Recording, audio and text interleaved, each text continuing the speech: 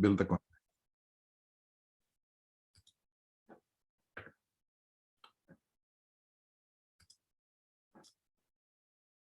The problem of history and heritage is that its most obvious element that constructs the idea of identity, of culture, of the existence of the people is that this element is the most visible element, which makes it a very easy target to anyone who wants to destroy it.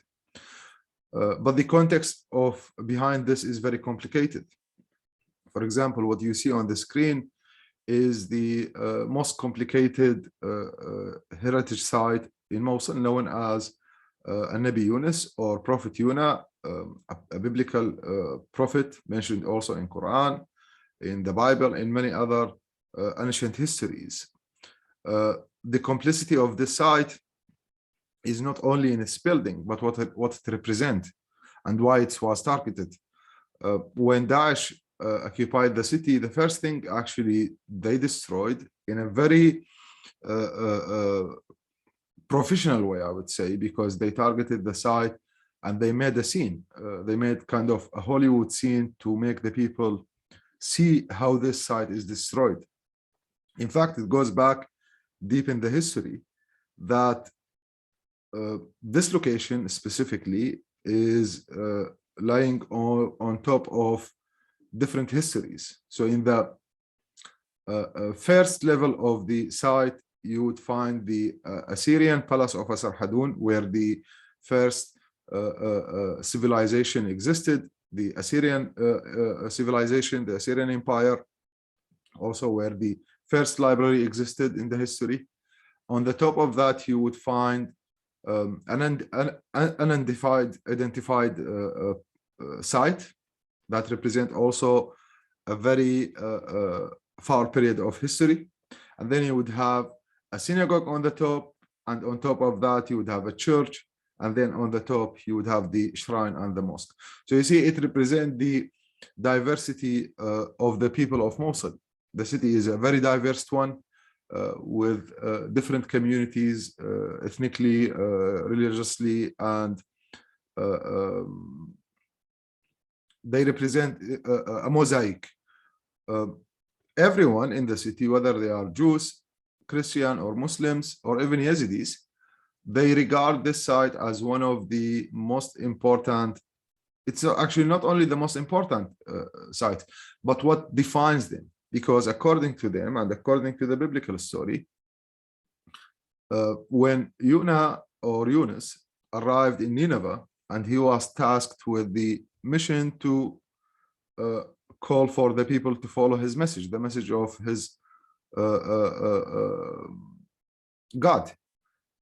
The people refused, and then after thinking about the offer from Yunus, they accepted the offer. Therefore, they were granted, according again to the biblical story, which became what shapes the identity. The city was granted a divine protection. Whether this is true or not, it's not the story. It is the idea that the people feel that they are divinely protected, that no one is capable of harming the city, no matter how powerful that party is. And they lived with this. They grew up with this. But the moment when Daesh arrived, what did they do? The first thing, they destroyed this site. The reason behind destroying this site is to tell the people that we are capable of destroying everything, which is actually what was perceived. The people saw that if Daesh is capable of destroying a divine protected site, therefore they are capable of destroying everything. That is the way they played and manipulated the narrative of history, is to target the deep roots of what do the people believe in, and destroy it from the root to show how ruthless and brutal they are. After that, it became very easy for Daesh to control the city for over 3 years. That's one example. The second example is What you see on the screen is on the left, the Nuri Mosque and its leaning minaret before the destruction, and the site after it was destroyed. As you all know, this also a site that represents a symbolic moment in the history of Mosul, because this site, when it was built in the 13th century, it was built on top of ruins and an abandoned area.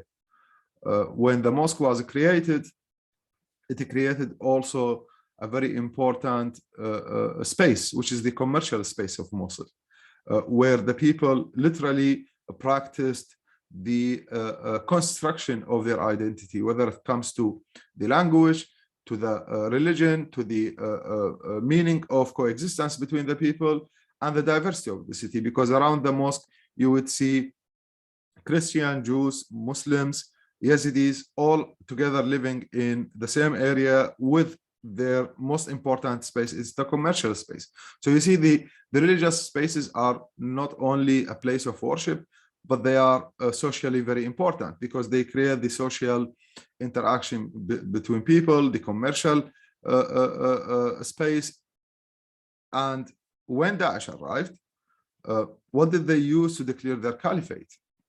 They used this site in order to replace the narrative of the importance of this site, and to replace it with a new one, from being a site that have provided life to the city, that provided the meaning of diversity, into a site dominated by only one narrative, which is the narrative of the caliphate. And that's why Baghdadi chose to declare his so-called caliphate from that specific site, which made the site a very problematic one.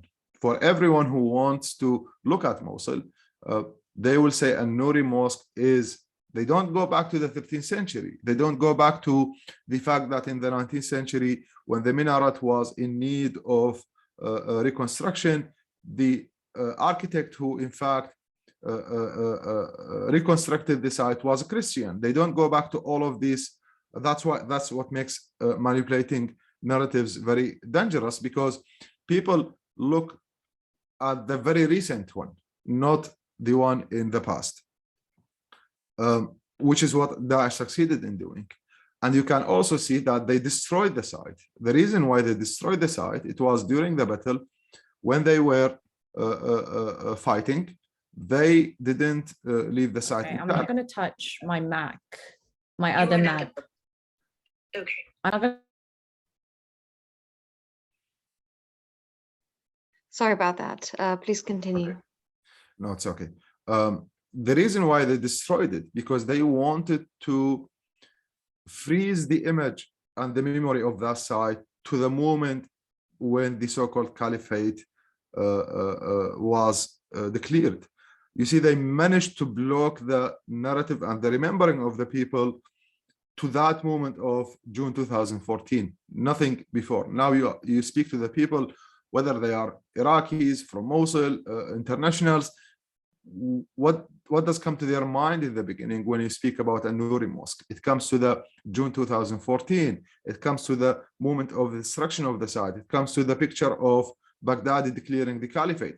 But no one remembers the events before that, even 1 year before that. So this is how manipulation of memory works, is that it frees the continuity of history in a certain moment and force the people to remember that moment.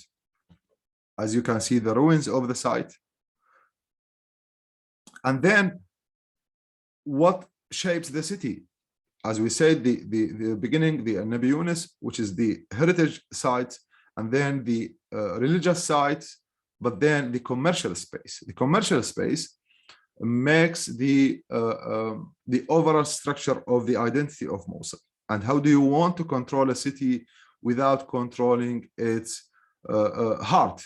And the heart of Mosul is its commercial space. The reason why, because in the city you would find a Jewish neighborhood, a Christian neighborhood, a Muslim, a Yazidi neighborhood, or a Muslim neighborhood. People do not meet with each other in their neighborhoods. They decide, or they prefer to live in separate and distinct neighborhoods. That's where they live. But where do they all meet? Or do they even meet? Do they ever meet? Yes, they do. And their interaction is in the commercial space or the markets of old Mosul. As you can see, this is the ruins. That's what Daesh actually also targeted, changed the structure and even manipulated and played with the architectural design of the old markets and created a new system of commuting and communication inside the old sites. In fact, there is also a very big question that we speak about when we speak about history and heritage, is that should we ever recover and reconstruct those sites? It's a very complicated question. Some people decide to keep the ruins as they are, so the people should remember what happened, or at least to prevent what happened from happening again. But it's a very difficult decision to make.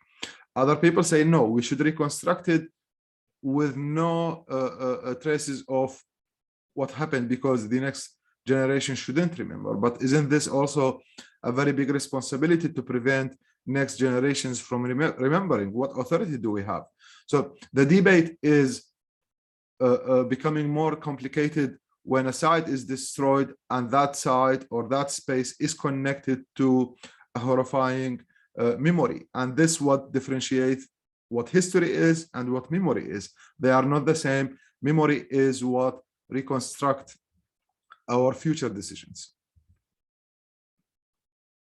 As I said, like the first one was the difference between history and memory. Now, memory and remembering, they are also not the same. Memory could be partially what represent the events that happened, but how do we remember? If I go back to the events of Mosul, I lived those events. But do you, for example, as a person comes from outside Mosul, do you remember the same events as I do? Definitely not. Not by your choice, but it is how remembering works. You would think about certain elements in the events that happened, but I will think probably on different events.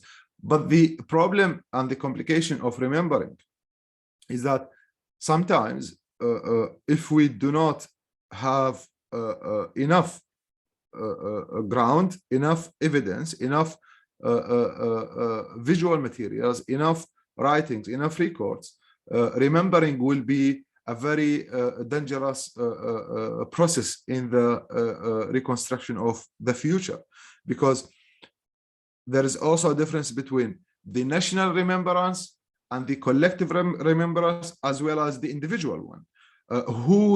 Whose narrative should we actually follow in this?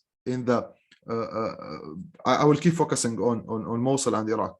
In the national, or let's call it the official remembrance, it is what the Iraqi government remembers, not what the people. Or if it's going to be collectively, whose remembrance is more important? The people who were living inside the city, or the people who were outside the city? I mean, the rest of the Iraqis. And then what is the place of the individual remembrance? So you would see that we will have, as a result, and it happens everywhere, that we will always have different interpretations of the past, even if we are reading the same text, because that's what shapes the remembrance. But people often confuse between memory and remembering. Sometimes the destruction and the remembrance, as well as the memory, the past and the history, the way they work, the way they create a new narrative, not a new, completely new, but the way they create a new understanding of history might lead to enhance the way we see the past. For example, as you know, Mosul, as well as the rest of Iraq, have witnessed the deportation of the Jews in the 1948 onward. And the people forgot about the Jews in Mosul.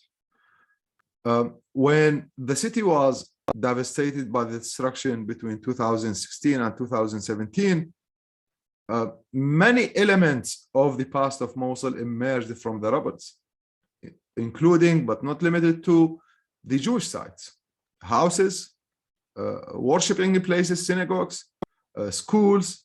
All of them were hidden inside behind the walls because the city have moved on. Many signs and symbols of the Jewish neighborhood were hidden, vanished, confiscated. But the people were shocked when they saw that, especially the young generation, they saw that, what are these elements? Why do we have a Hebrew inscription on the wall? I remember where we found those inscriptions, the person who was living in that house is like, why do I have Hebrew? He didn't know it's Hebrew. Why do I have these inscriptions in my house?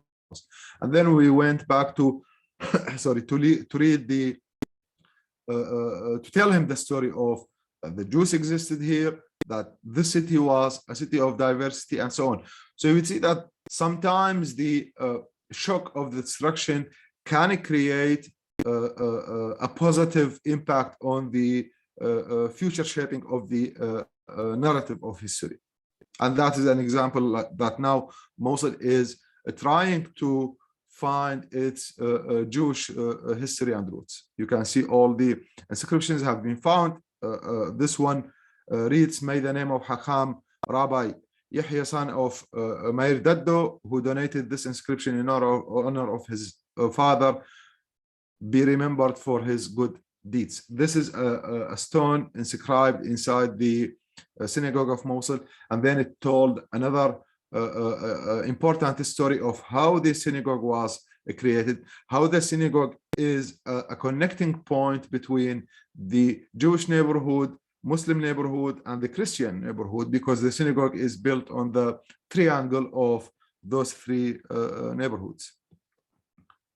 But then it's also about discovering other histories, the architecture and the past of the people that have been covered by the layers of history. And this one, what you see, is inside a mosque, Al-Pasha Mosque, which is a very important mosque that represented the, it's named after Hussein Pasha al-Jalili. That's why it's called Al-Pasha, who ruled Mosul in the 16th century, and in fact was one of the most respected and regarded people in the city of Mosul. But over the past, over the history, over the time, and because of his rivals who took the power, they started hiding the inscriptions that represent that period of history. And you see how history is always in a conflict, is in recreating the past, manipulating the past, and creating a new narrative. But now the people are more exposed to, we can say, the full structure of the history. It is for them to decide how to remember and how to see this memory. You can see also here is the inside the mosque as well. It is now completely reconstructed. It was partially damaged, but it is back to life. It is also, this space is not only a religious space. It doesn't only represent the Hussein Pasha Jalili. It represents the most important social space, but also a representation of power, because the family known as Al-Jalili has built this site to express its power over the people and its control. Therefore, the first thing was rebuilt in Mosul after its liberation was this site, because the family wants to declare that it still exists. And you see how social, political, all economical, all of these elements, they can continue working in the same historical context. The people started discovering as well the architecture of the city, a hidden architecture. No one was able to see this architecture before until it was partially damaged and destroyed. Other layers of the history of Mosul, we start now from the 1910. People started building the understanding of history. You see why the reason why those two lions or this type of architecture existed. It is because certain period of history of Mosul was influenced by both the Ottoman history, but also by the nationalism in Iraq that was represented by two lions, and as well as the plants, as you can see in the picture. It is how history works, and these are the evidence that we have. We did have text, but now we have the visible and tangible evidence. It also uncovered important structure of, as we said, the architecture of the city. Now you could create a full chronology of the structure of the history of Mosul. More has been discovered. You can see how the destruction destroyed everything, but at the same time it created a new understanding. It is not to justify the destruction, but to say that sometimes during the time of war, you might have to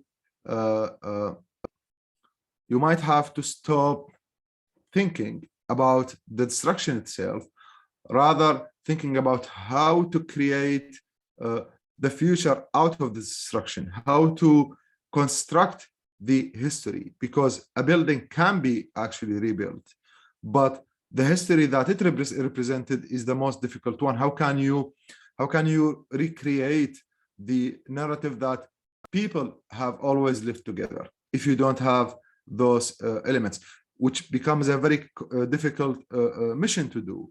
How do you think about history and the future when you are surrounded by all of this destruction? I believe that is the challenge that happens during the time of war. More and more elements of the architecture of Mosul, as you can see, it is a deeply connected architecture to politics, economy, history, the narrative, memory, the social and political interaction between people. It also showed the other elements, what is inside the houses of Mosul. What do the people use to, how do the people used to design their interior part of their houses? How the people actually lived inside the house? All of these have been emerging after the destruction, and the way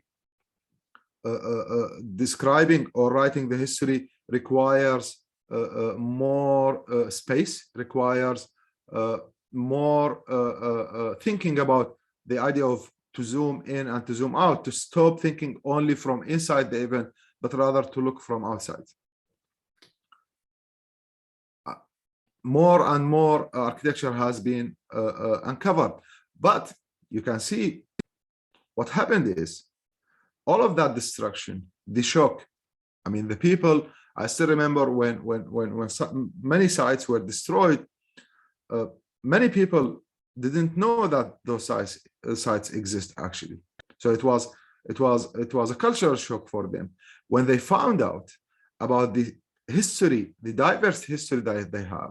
They started regarding and looking at that history, seeking more information about their past. Therefore, they found more elements that brings them together rather than differentiate them. And here you can see the young people started creating beautiful representations of their history. That is the most extensive representation of the diversity of Mosul. You can see the Nuri Mosque, you can see Notre Dame de l'Or de Mosul, the church, you can see the Yazidi shrine, Nabi Yunus, you can see the tower of the castle, you can see the Assyrian history, the representation of the agriculture of Mosul, the very modern and recent history, but also you can see the most famous musician of Mosul, Mullah Uthman al-Mosuli from the 18th century. They started creating that the idea of history is that history doesn't work in a disconnected manner, rather it has a continuity. And I definitely do not believe that history repeats itself, rather it has a continuity, which is represented here. You see that you start from the Assyrian history, but then you have a bridge built in the 1925.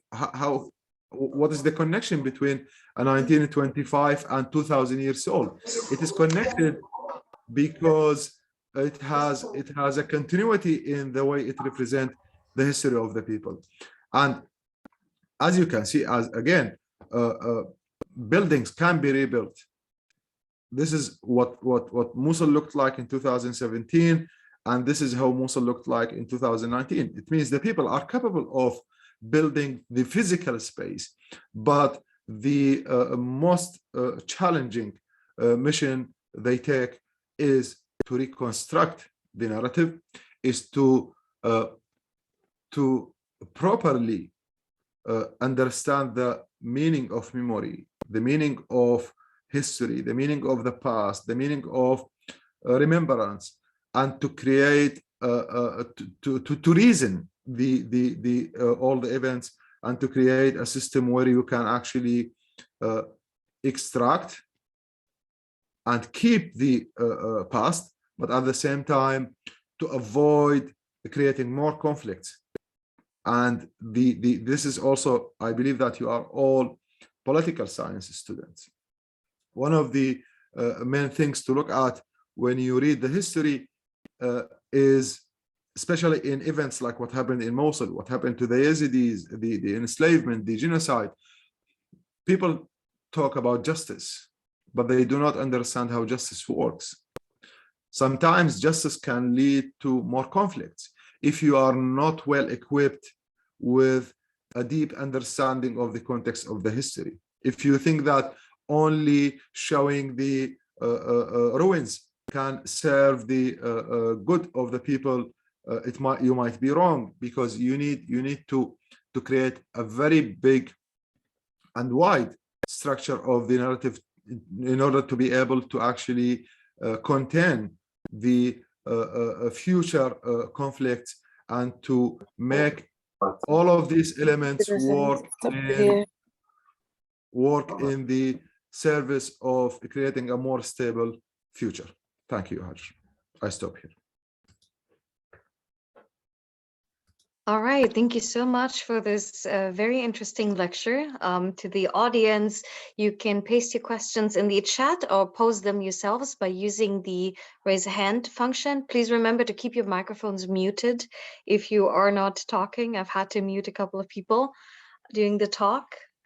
All right, let me start with one question that was pasted in the chat by Mohammed Bashandi.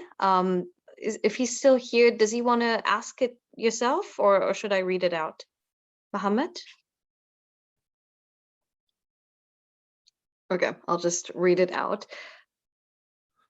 Okay, you can ask it. I will. So he asked, when we talk about history in societies during conflict, who are the actors within the conflict states concerned with preserving this collective memory and the historical heritage of the nation? That's the first part of the question. And then the second part, are there actors outside the conflict countries who can help how? In fact, when there is a conflict, everyone is an active actor inside the conflict, whether it's the individuals, the society as a collective society. You have the main actors, which is the state, the other side. In this case, it is Daesh and the Iraqi state. But between them, you have too many actors. As I said, the individuals, the societies, the different groups of the societies, because the society is not one, the community is not one. You have different communities. You have the urban communities, the rural communities, and you have the complicity of social representation. So you cannot actually find one important actor and less important actor. They are all acting in the same regard. The way they interact with the event is what defines their understanding and later their documentation of history. and yes, definitely also the outside space, which is the regional or even the national, the international, they are also not directly actors inside the events, but rather they can provide the outside understanding, which contributes also to the overall understanding of the events. So I believe that everyone is acting in a certain manner and in certain direction. What comes later, which is what makes it complicated for future historians. What comes later is that you will have a mission of whose narrative matters, and the question of whose records are representing the truth. That is the complicated question, which is why you need to always look into the context, that you shouldn't only take the narrative of the government for granted, or the narrative of the others for granted, or even the individual narrative for granted. Everything should be questioned, because I don't know who said this, but it's a very important line. When the war starts, the first victim is actually the truth. It will require high skills, critical thinking to uncover and to unlock the events from a scholarly and unbiased view. So while questions are coming in, I'm just going to ask some of my own. Now, you've mentioned that Daesh is following a very specific purpose in targeting those historical sites. And for us on the outside, it was very egregious. Like for us, it was immediately scandalous. I'd be curious to hear, how has Daesh portrayed this in their specific propaganda? Can you describe this a little more? Yeah, definitely. As you know, Daesh had a systematic structure regarding the cultural heritage. They did have a plan, a full plan with justifications they used. They relied on the 17th century verdict issued by Shawkani. Shawkani is a Yemeni scholar who follows the Wahhabi school of faith in Islam, who issued a fatwa or a verdict in the 17th century saying that every historical site, a mosque, be it a mosque, a church, a synagogue, an ancient site, if it contains any elements that goes against the meaning of Tawheed, which means like there is no God but Allah, it should be destroyed. It should be removed. If there is, they go deep inside the explanation of how they understand heritage by defining the site by what it represents. So when it comes to the grave inside the mosque, they say if the grave was built before the mosque, which means the mosque was built on the top of the grave of a person, the mosque should be removed. If the grave was built after the mosque was built, then it's only the grave should be removed. So they put justifications actually and applied it on the religious sites. But when it comes to the historical and ancient sites, they use the system of what they call it, that the ruins, or it is the underground, they call it the underground resources, known in Arabic as rikaz, which they had actually a ministry for this, or the one. They regarded all of this as a state-owned property, which means it's owned by Daesh itself. Therefore, they are allowed to do whatever they want. They destroyed many, but they looted the larger parts of it, which is something that they can carry. What they couldn't carry, it was destroyed. However, they used it in a systematic way that they demolished the most important elements that constructs the identity of Mosul. The ancient history represented by the Assyrian Empire, and you have the sites of Namrud, one of the capitals, Nineveh, the other capital, Calais or Kalcho, another capital of Nineveh. They were all systematically targeted. And then they moved to the Islamic history and sites, and they did also systematically destroy it. Some of the site, they didn't destroy it, but they completely transformed the structure. For example, the Sufi taqiyya. Taqiyya is a specific space, religious space for the Sufis, known as the Naqshbandi taqiyya in Mosul. Wasn't destroyed, rather it was transformed into a site that represents Daesh. So they gave it to the the name of Muhammad bin Abdul Wahhab. It's not always destruction. They create new spaces. Therefore, they built some mosques, some sites that represent the names of their leaders. They also moved to the Christian sites, the churches and the monasteries. Some of them were destroyed. The other sites, in fact, were targeted in a very dangerous way that targeted the dignity of the people. Because what they did is that inside the church, where after they destroyed all the symbols of the church, they used that site. And as you see, like, it's not always a physical destruction, rather it's more the spiritual destruction and targeting. They transformed the site, the church, into a space to sell the looted materials from the Christians. So you see that they targeted the dignity of the site, the dignity of the community and the people. That's how, in fact, they continued targeting the history. It was in a systematic manner. Yeah. Maybe some general context before I also come to your next question, Mohammed. So not all of us in the audience are experts on Iraqi society. Could you just generally break down the ethnic or ethno-religious diversity in Iraq, whether it's also the same in the urban center versus the rural periphery, just so the audience can contextualize it a little more? Of course. So we know Iraq is highly diverse with regards to its ethno-religious cleavage, as we say in political science. So could you just give a general overview? Sure. As you know, the main four religions that existed in Iraq: Judaism, Christianity, Yazidism, and Islam.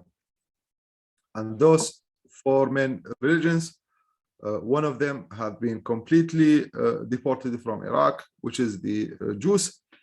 They have been deported in the 40s, but you still have the Christians, the Muslims, and the Yazidis. The Muslims represent two main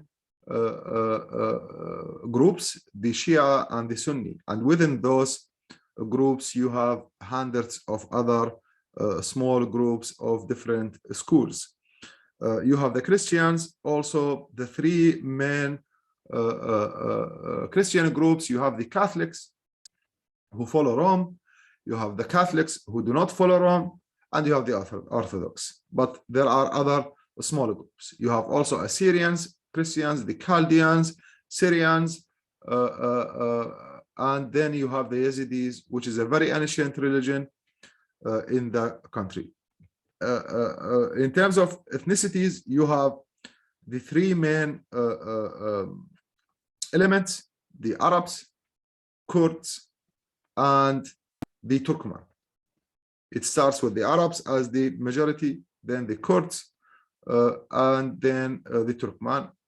After that, there are many other small groups, such as the Shabak, Kakai, and so on. So it's a very diverse group. Mainly the Kurds living in the north, which is what's forming the autonomous region known as Kurdistan. The Turkmen lives in a city known as Kirkuk, but also on the Iraqi-Iranian borders in the city of Khanqin. And then you have their majority and the ancient community of the Turkmen in city of Tel Afar on the western part of Iraq in the north. And then you have Nineveh or Mosul, which have the full diversity of all the different groups. You go to the center of Iraq, it is still more diverse, but then the more you go south, the more it becomes more Arab dominated, Shia dominated, and so on. That is how the Iraq is constructed, in fact, in terms of social structure of the country. Yes, politically, Iraq as a nation, politically as a nation, was declared in the 1920 after the fall of the Ottoman Empire, when they created the monarchy system. It fell in 1958 when the revolution or coup d'etat by the communists and the Republicans took over the power. They killed the king, and so on. It moved in 1963. The Ba'athi regime, the Ba'ath, took over the power, and 1973, 1974, Saddam came to power, and he lasted until 2003, when the Americans occupied the country and ousted Saddam. And since then, we are living in the continuous manner of conflicts. I don't know if that covers the context. Yeah, absolutely. Thank you. It is like our political science curriculums tend to be very Eurocentric. So whenever we talk about socio-ethnic divisions, it's very focused on Europe. So I always feel the need to ask a question, particularly about those in the Middle East. Thank you for that. So you mentioned there were obviously a lot of ethnicities and religions in Iraq. Can you detail, since you also spoke about the frequent regime changes in Iraq, were there conflicts between them, and how intense were they before the war, before ISIS took in? I'm asking this to kind of outline the context in which Daesh was able to take power, because they tend to be able to take advantage of very specific political settings. So I'm trying to kind of, yeah, definitely. As you know, after 2003, when the regime collapsed, one of the main problems that Iraq faced is the sectarian conflict, which has roots in the past of Iraq. Saddam have played dangerously on the sectarian idea that Iraq is separated by sectarianism, that the Shia should never gain power. He even attacked them in southern Iraq in the 1990s, and for over 8 years, 10 years, actually a decade, the war between Iraq and Iran have fueled and created this conflict of the sectarian conflict. Saddam has always represented himself as the defender of Sunnism, while Iran represented itself as the defenders of Shia, which created more. I mean, I will give you an example. I was born during that war, and I was given the name Omar for a sectarian reason. It is how the community at that time had to also reflect the environment. Having the name Omar during that time, it means that you are supporting the regime or Iraq against Iran, and so on. Like you would see, like if you go to Iran, many people were named after sectarian names. I mean, not the person Omar or the Caliph Omar is sectarian, but it is how the minor and the micro problems works. They start manipulate the history for their own narrative. In 2003, when the regime collapsed, people stopped trusting each other, because they never did before during Saddam. It was one man, a country, and he is the constitution, he is the power. The people didn't want to work together.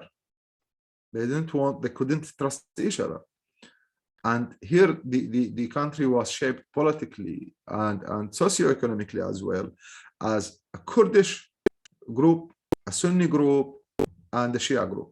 No one can meet with each other, and they cannot actually form a government together, which created the system that we still live in Iraq. Now, you only have a prime minister who should be a Shia. You cannot have a Sunni prime minister. The Sunni group will have the spokesman of the parliament and some vice prime minister, etc., deputy prime minister. The Shia will have the presidency, but also they divide between them, distribute the ministries between them and the Sunni, Shia, etc.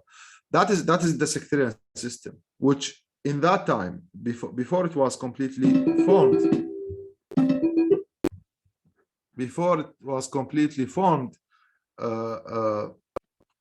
it went through the sectarian war in 2005, which led to the destruction of hundreds of thousands of lives.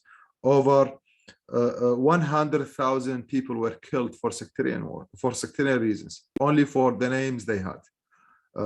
I had to have during that time 3 ID cards to have 3 different names. One, a name that shows that I am Sunni, one, a name that shows that I am Shia, and another name that shows that I am non-affiliated with either. And thousands of people have been forced to flee, and so on. But in all of that, in all of this sectarian conflict, something very dangerous emerged. It is the terrorism. It is the terrorist groups. As you know, Islamic State wasn't established 2014. It was in fact established 2005 when they declared the establishment after the death of Zarqawi. Al-Qaeda existed before that, and they were targeting the communities. In 2013, and especially 2011, in fact, when the Americans withdrew from Iraq, Daesh was kind of as if it was given another chance to emerge. So they had more power, they had more control, and they were already in control of some important geographical spaces in Iraq, in Western Iraq, in Northern Iraq, and it took them 3 years to regroup and to re-establish their power, which led to the collapse in 2014. What happened in 2014, in fact, is just the moment that they were able to completely declare their control. But the political conflict between the Sunni, the Shia, over the power have created the perfect environment for this conflict to happen. It didn't come from nothing. It came from this conflict among the politicians, the sectarian discourse, the disconnection between the Iraqi politicians have impacted negatively the political environment in Iraq, which created the space for radicalism to actually emerge. All right, thank you. I will ask now a question from the chat. I will go in order of relevance. So I'll start with Valeria, if I pronounce it correctly, Valeria. She asked, can you briefly describe the main influence of historical heritage on the mentality and political process in the country? So we've now established that there was an environment of sectarianism before that was enabled sort of the rise of Daesh. So now we kind of undo that. So what is the main influence of historical heritage on the mentality and political process in the country? As I said, Iraq has went through many transformations. Iraq had been actually dominated by the Ottomans for over 5 centuries. It is a very close neighbor to Iran, but it's also a close neighbor to the Levant. So Iraq has been in the middle of the regional influence. It has always been at the heart of the regional conflicts, which even shaped the character of Iraq as a country.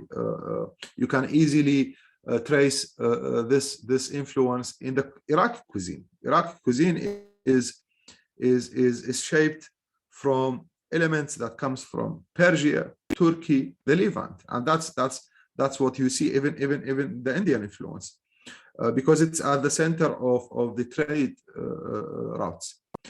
But politically speaking, Iraq has never been able to form a collective identity, I would say. They have tried, but it was never possible, because when the Ottoman Empire collapsed in 1918, and when the Caliphate was declined and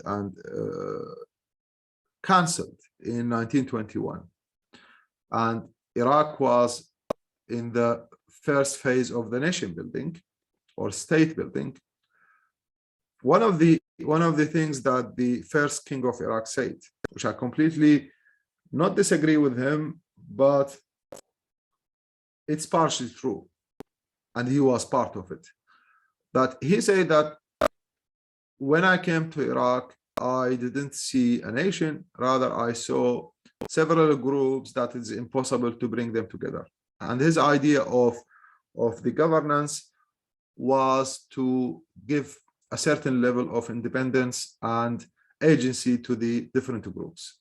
And therefore, you see that Iraq in that time was still in somehow following the same administrative system as it was during the Ottomans. So Mosul was still a province, Basra is a province, Baghdad is a province. Those are the main three provinces in Iraq, with the other areas attached to them. He wanted to give more agency to those populations, because they are not only diverse, but when you go north, it's completely different from how it is in the south. It's completely different from how it is in the center.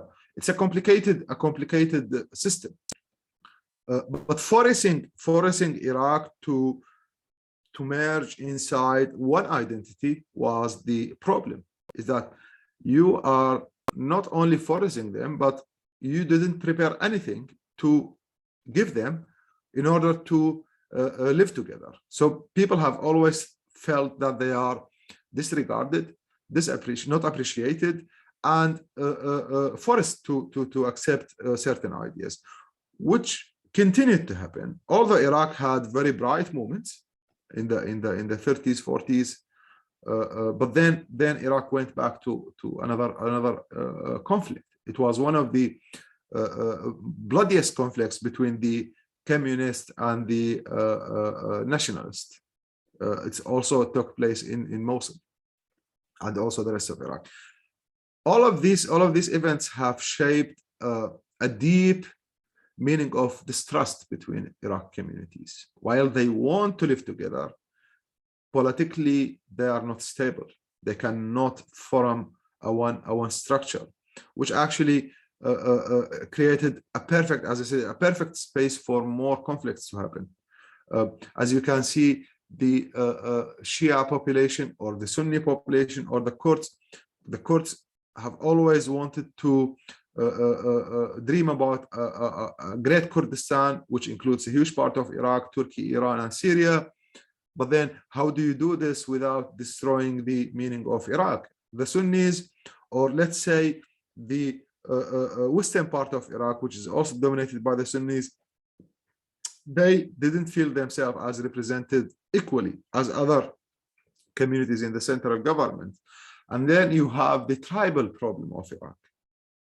Iraq has been also going through this tribalism, as it was empowered by the British since the 1920s. It was heavily empowered by the British because it was the easiest way to rule Iraq, is to empower the tribal system. Therefore, the tribes had more power, more influence, more rural influence over the urban space. The British were preferring the rural power over the urban one. It is similar to also what happened in 2003. In fact, I remember meeting with the person who was Polish, and now he's the advisor of the president of the EU, the advisor of van der Leyen. He was commissioned in 2003 by the Americans to reform and re-establish the civilian administration of Iraq. He went through all of this with the US authorities at that time, and then he said, I received a letter telling me that I have to leave Iraq and that my services are no more needed. He asked why. They said, Iraq is going in a conflict now, and what we need is soldiers. Civil administrations is going to be costly. You see, they said it's costly. It was costly also in the 1920s. It will always be costly to build administration and civil administration, a civil society. But it's very easy to recruit people as soldiers. That's what actually continued to happen. And it continued to happen today. In fact, now Iraq is going through a very critical moment in its history, which is the formation of the government. How is it going to be? It is very easy to, as I said, to recruit people, but to form a civil administration, a civil representation of the state is the most challenging one. The conflict, the religious conflict, the socio-ethnic conflict, the now the question has been even become more complicated, which is after the Yazidi genocide, after the deportation of the Christians, after the massacre against the Shia, after the massacre against the Sunnis. All of these problems have created more complicities to the Iraqi society. It's gonna be in the hands of the next generation. It's sadly so that they are going to carry a heavy weight from the past of Iraq. So would you say that the destruction of those historical sites also contributed to those deepening Oh, definitely. Yeah. Definitely, because at least there were elements that existed before the destruction that people can lean toward, saying that, look, this is what brings us together. But those sites no more exist. I mean, a very beautiful example here, it's also a very sad example, is that the Church of St. Joseph, one of the oldest churches in Mosul, used to be guarded by a Muslim family as a tradition. So it's since the 16th century, it was protected by a Muslim family that lives next to the church. And generation after generation, this became a tradition. But what happened in 2014? Daesh destroyed the church. The family was deported. Now the family is back. The church is no more there. How they are going to reconcile with their trauma? It's a generational trauma what has been created. So this is just a simple example. There are many other examples. That's why it's essential and crucial to reconstruct history, to reconstruct the cultural heritage. Many people might think the cultural heritage is nothing but a physical space, and that its importance represent nothing but the past. That's actually not true. History and cultural heritage, they work directly in the mechanism of shaping and the process of shaping the identities and the future of the people. If you don't have, because people usually forget, I mean, their memory is very short, collective memory is very short. If you do not protect it by keeping those, which is one of the main reasons why people have created the monuments, why they have created the historical site, because they want to protect their memory. If you do not bring it back, in fact, people will forget it. Yeah, thank you. And so sometimes preventing is obviously easier than reconstructing. So there's a question from Afshin, I think, in the chat. I will slightly alter the question. So first of all, can we take precautions to preserve and protect historical sites? Because obviously this is a very recurrent phenomenon, even now in the war or invasion of Ukraine, that the aggressor will always target very historic, very symbolic sites as well. What can be done to prevent the destruction of that? While the international, especially the Hague Convention, in fact, protect the cultural heritage, and it does provide a very important and strong legal framework to protect heritage. But we have never seen, either before the Hague Convention of 1954 or after it was ratified. There was no possibility or no way to prevent the destruction of cultural heritage in the time of conflicts, because this is every site is of highly importance to be used for any military to destroy the enemy, the other enemy, their enemy. What do? Like, you destroy their physical and visible space. But there are flaws inside those conventions as you go deep inside the articles. One of the articles, in fact, says that an army is, or destruction of a highly important historical site is justified by what they call it military necessity. And military necessity is an open concept. How do you define military necessity? How do you actually limit or give a framework to that? We don't know, because the law doesn't explain it. As you know, laws are important, but at the same time they are very sometimes they are very open to interpretation.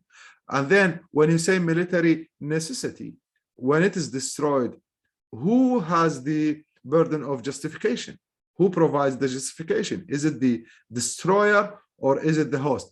Which is why there is something called the blue shields. The blue shields is supposed to establish that this site shall never be destroyed or targeted.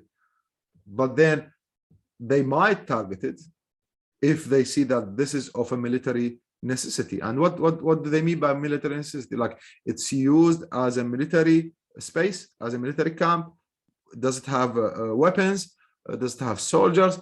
Is it a communication center or whatever? We don't know. That is why, yes, it does provide the legal framework to protect and prevent the destruction.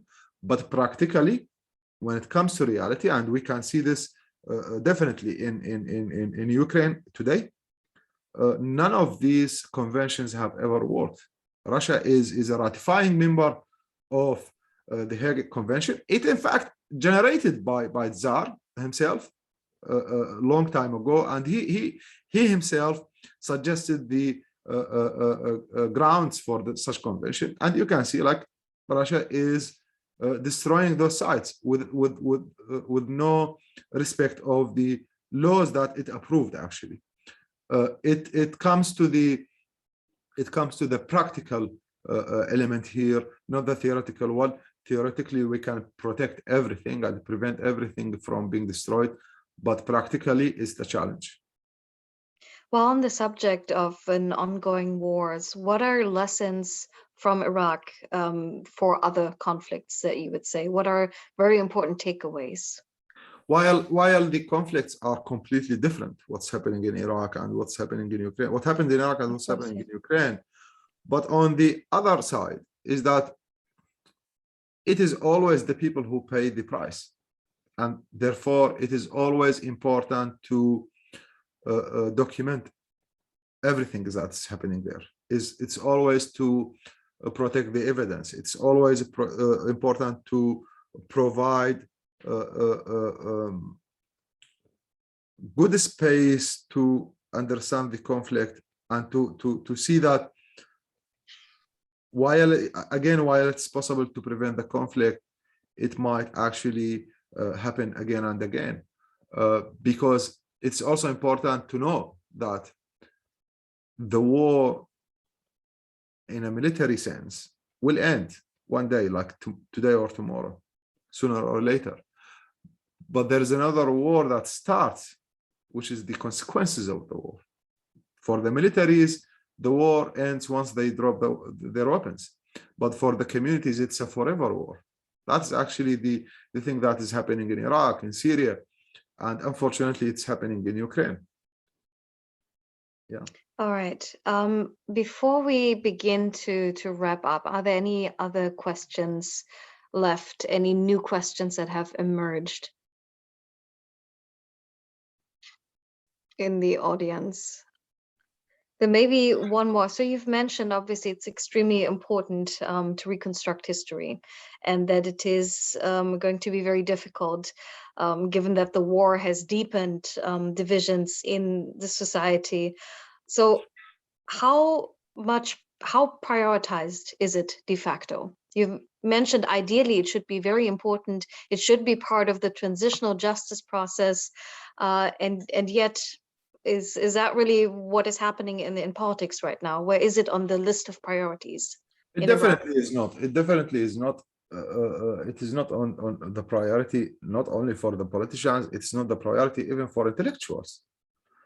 It's not the priority for communities. When we speak about history, people will laugh at us, thinking that, what do you mean by history? I want to find, rightly so, I want to find a house. I want to find bread and feed my children, rightly so again.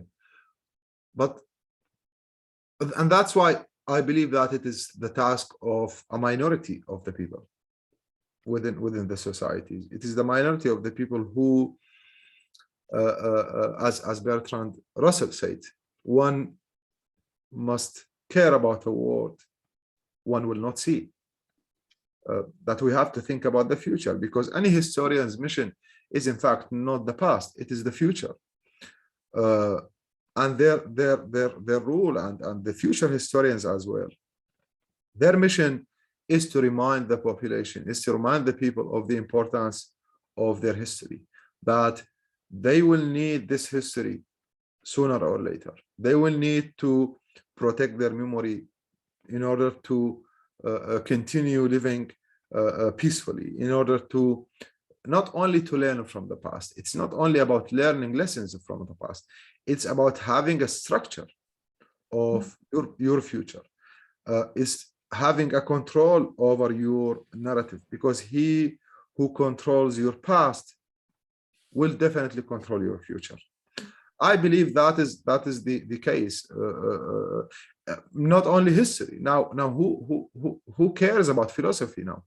I mean, if you speak about philosophy, people will say, like, you are psycho, you are crazy. What do you mean philosophy? Like, I want to have my account verified. That's what I want. I want to have like a Starbucks time.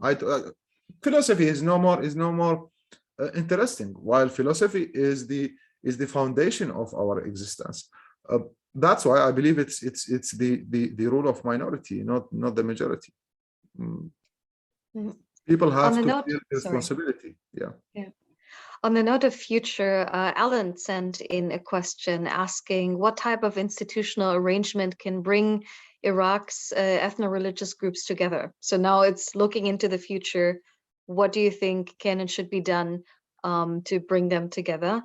And he asks if, well, he says that we know that Iraq has a federal system, but if federalism is unsuccessful in power sharing among Shia, Sunnis, and Kurds, what system would be appropriate to bring them together? In fact, if the federal system will be applied completely as it's written in the constitution, Iraq will have no more problems. But this federal system is only written on papers. It's not applied. The articles that creates the autonomy of regions is not applied. The articles that speaks about the resolution of Kirkuk, the article 114 is not applied. The dispute between the Kurdistan region and Iraq is still not resolved, while it's actually on papers in the constitution is resolved. A decentralized Iraq is a possible Iraq. A more central Iraq is going to create more problems. And the main element in the reconstruction of the political space of Iraq is to enhance the economy and the management. Iraq lacks the basic understanding and meaning of management, whether it comes to resources, whether it comes to even the water management. Iraq has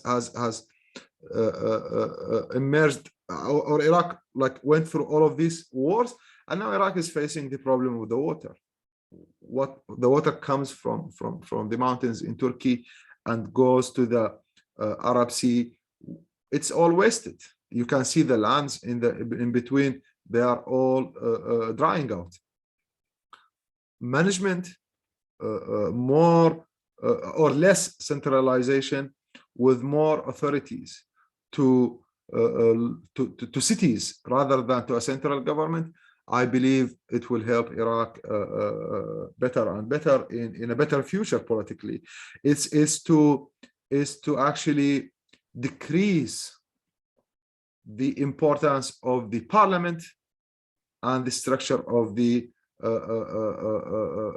powerful individual positions. As you can see, people, as you may know, people go to the parliament not because they are interested in politics. They go to the parliament, it's 4 years, you're going to get lots of contracts here and there, a very good salary with over like 10 to 20 millions of pension, and it's only 4 years. When you decrease the importance of this place, you will only get the good people. I mean, of course, any parliament will not only have good people, but I mean, like the seat will not be attractive to those who care only about enriching themselves. It will be about those who believes in politics. I believe that is the way to do it. It is partially happening in the outside of the government. It's happening among the youth, although they are struggling with shaping a political movement.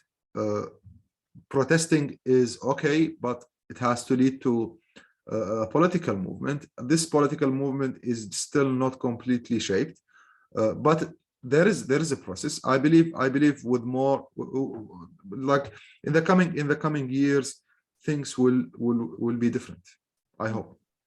Yeah. So what can we do from the outside? Which international institutions would you say can help? I mean, it is an ironic question to ask, especially because the last war was driven by outside intervention. But what can international institutions do now? I definitely and genuinely don't know what Europe or the United States or the world can do in Iraq. I don't know exactly, actually. I mean, we have a very close connection between Iraq and the European Union. But what did this relationship bring to Iraq? I don't know. I genuinely don't know. I have been in direct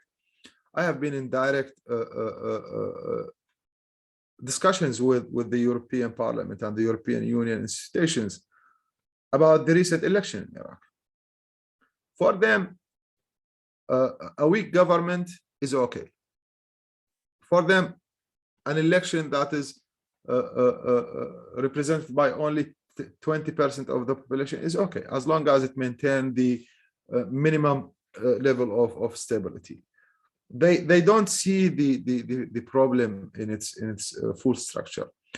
They are not supposed to do anything in Iraq, but probably for once to start looking at Iraq as a country with the problems, and to start listening to the people there. Other than that, I don't know what they can do, honestly, other than like not getting, which will never happen, not mixing between the oil imports and the politics in Iraq. On that depressing note, let's begin to wrap it up. What are 3 things you want us to take away from this lecture, you want us to remember, especially bearing in mind that we have an ongoing war and we will be dealing with the question of historical sites in the future again? 3 things you want us to remember. One thing is that history is very dangerous. And second, if you are studying politics and if you think that history is not relevant, I'm sorry, you are mistaken. As a political science researcher, you will always need to go back to history. Second is that people's memory is very short. It is very short. And to build the context, you will always need to go deep inside the history.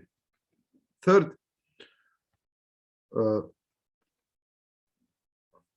it happens that the strongest parts that shape our existence and our identity are also the most fragile elements in our history, which is the cultural heritage.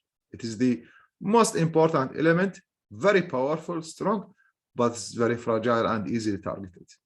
So you see, like there is this problem, is that what you take for granted might one day actually disappear.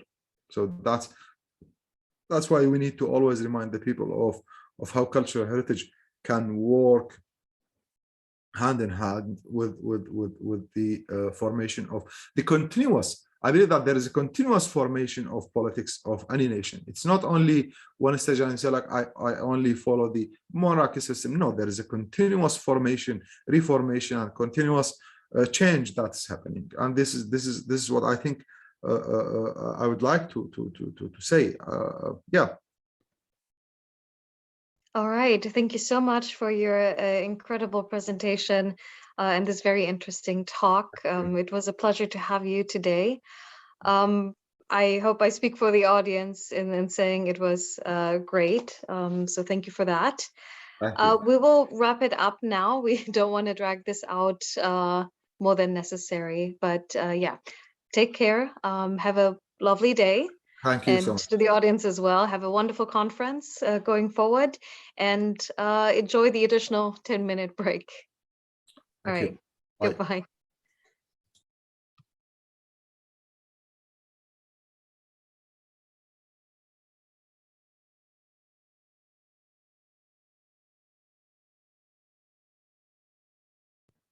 Okay, yes, thank you everyone. Thank you Omar and Hajar for the interesting discussion. So as Hajar said, we will be having a additional 8 minutes break. So the next session starts at 10:45, where we will start the panel sessions, and we have 3 topics. One of them is foreign policy, the other one is COVID-19, and the final one is civil society and political economy.